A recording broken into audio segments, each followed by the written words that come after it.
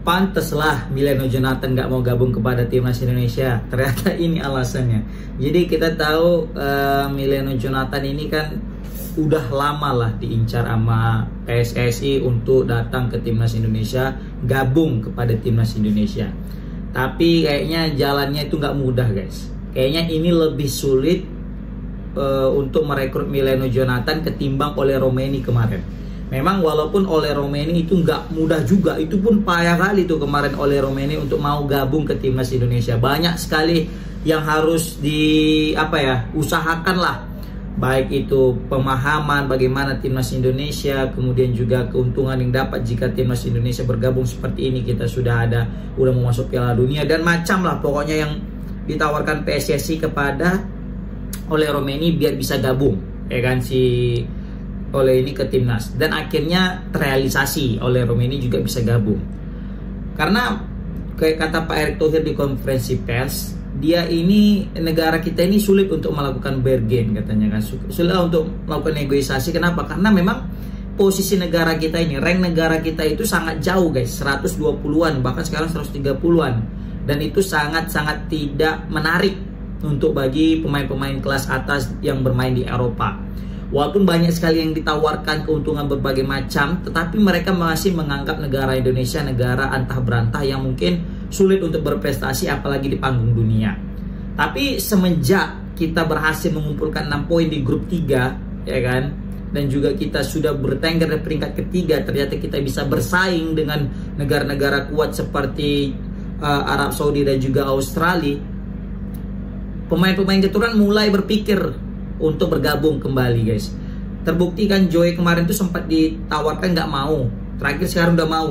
Ya selain daripada memang prestasi timnas yang sudah semakin membaik, kita tidak bisa pungkiri dengan hadirnya Patrick Kluivert, Alex Pastoor, Daniel Lanza dan Gerard Van den Borre ini betul-betul memberikan impact yang luar biasa secara instan, guys.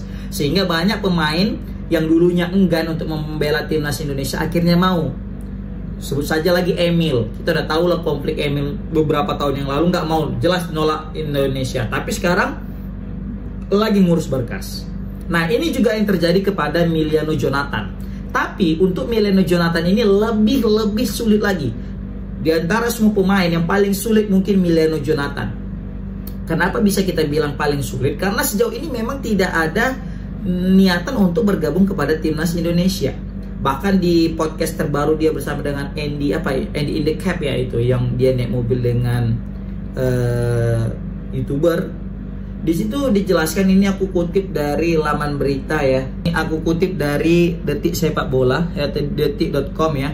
Di sini dijelaskan bahwasanya kenapa Mileno Jonathan belum mau gabung dengan timnas Indonesia.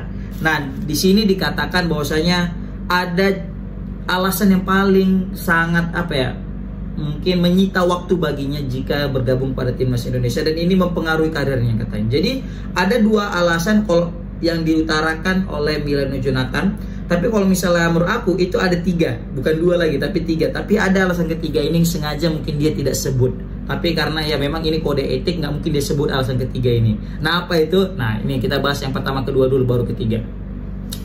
Yang pertama kata dia itu adalah terlalu jauh, guys, jarak.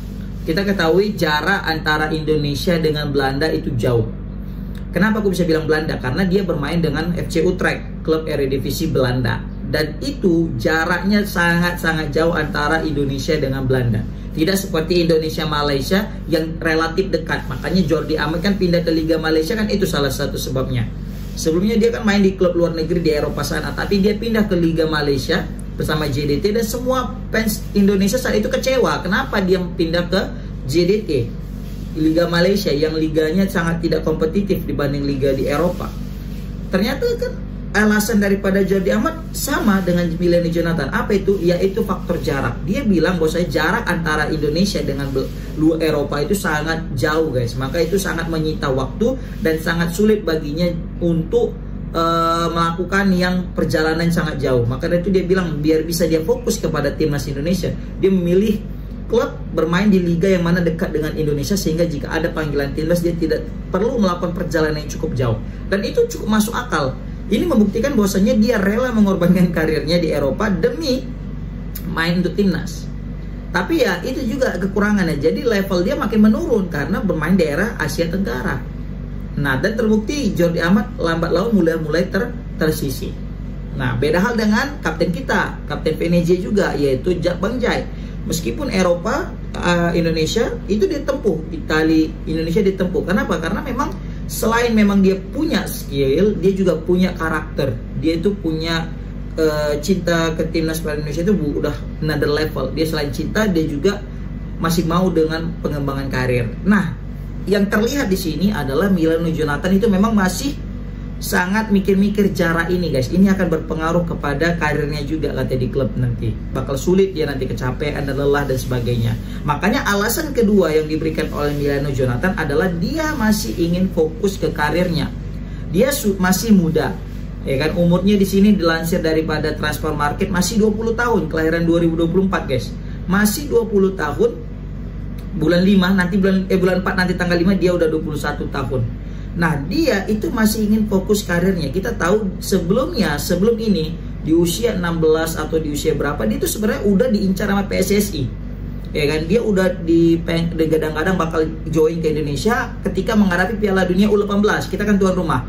Nah, di situ udah ditarik lah dia, ayo mau join, udah banyak sekali tawaran, tapi dia masih menolak. Karena kebetulan dia masuk juga di timnas Belanda U20 kalau nggak salah. Karena memang bagus di kawan ini gitu ya kan. Pemain asal Depok ini juga banyak sekali yang incar.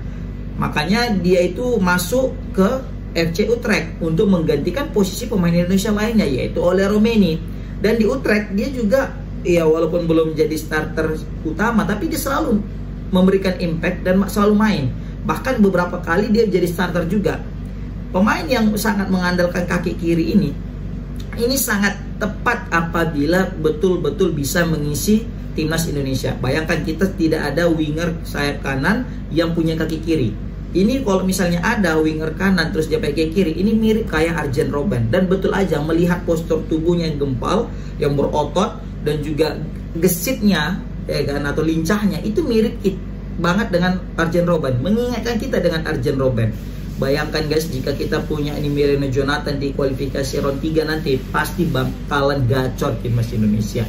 Kita udah ada Ole Romeni, udah ada Rafael Strijk, ada Orat Mangun, baru ditambah lagi Milano Jonathan. Nggak kebayang lini serang timnas Indonesia bakal mengerikan. Tapi yang hendak dikata, pemain yang punya nilai transfer punya nilai value 15M ini masih belum menyatakan membela timnas Indonesia karena memang masih fokus ke karirnya di FC Utrecht. Dia takut nanti ketika dia udah sibuk main di timnas, dia kehilangan tempat di klubnya. Dan ini udah banyak sih yang kita lihat ya kan, beberapa pemain yang masih mencoba adaptasi dengan klub-klubnya, tapi karena sering dipanggil timnas, terakhir dia kehilangan klubnya, kehilangan jam terbang, jam bermainnya. Terbukti kayak Sandy Walsh juga kehilangan. Tapi ini nggak jadi patokan ya. Terbukti malah Bang Jai yang sering dipanggil timnas malah jadi makin terbang karirnya di Venezia, malah jadi naik sebagai kapten, orang paling terpercaya sekarang kan. Seperti itu. Ya, ini kembali lagi itu haknya Milano Jonathan untuk menolak dan belum bisa bermain karena memang dia fokus ingin karir. Ya udah, kita biarkan aja, semoga aja nanti dia berubah pikiran dan mau membela timnas kan gitu. Tapi kalau alasan ketiga menurut aku, Milano Jonathan walaupun dia nggak ada ngomong ya, tapi kalau feeling aku dia masih ingin mengharapkan timnas Belanda, guys. Apalagi umurnya masih muda, 20 tahun atau tahun ini 21 tahun, masih besar kemungkinan daripada Milano Jonathan untuk berkarir di timnas Belanda. Karena dia sebenarnya udah sempat dipanggil ke timnas umur kan, kelompok umur. Jadi bukan hal yang tidak mungkin nanti dia itu bisa bermain untuk timnas Belanda, guys. Bayangkan kan, siapa yang nggak mau bermain di timnas Belanda, negara yang lebih hebat ketimbang timnas Indonesia. Maka dan dia juga nggak perlu repot untuk pergi jauh ke Indonesia sana karena dia sudah terpilih sebagai timnas Belanda. Nah, itu mungkin alasan ketiga yang mungkin tidak dia ungkapkan, tapi aku feelingnya itu karena dia pasti masih mengincar untuk masuk ke timnas Belanda daripada seorang Milano Jonathan. Tapi apapun itu kita hargai, sekali lagi kita hargai keputusan daripada Milano Jonathan karena dia masih muda, pasti banyak sekali pertimbangan untuk karirnya, untuk kedepannya. Seperti itu. Tapi yang jelas, jika dia membela timnas Indonesia, ini suatu keuntungan yang luar biasa bagi timnas dalam meraih tiket Piala Dunia. Oke, komen di kolom komentar guys. Gimana pendapat kalian tentang Emiliano Jonathan? Apakah dia sosok yang tepat untuk bela timnas? Dan kira-kira apa sih alasan utama kenapa dia nggak mau bela timnas? Komen di kolom komentar. Assalamualaikum warahmatullahi wabarakatuh.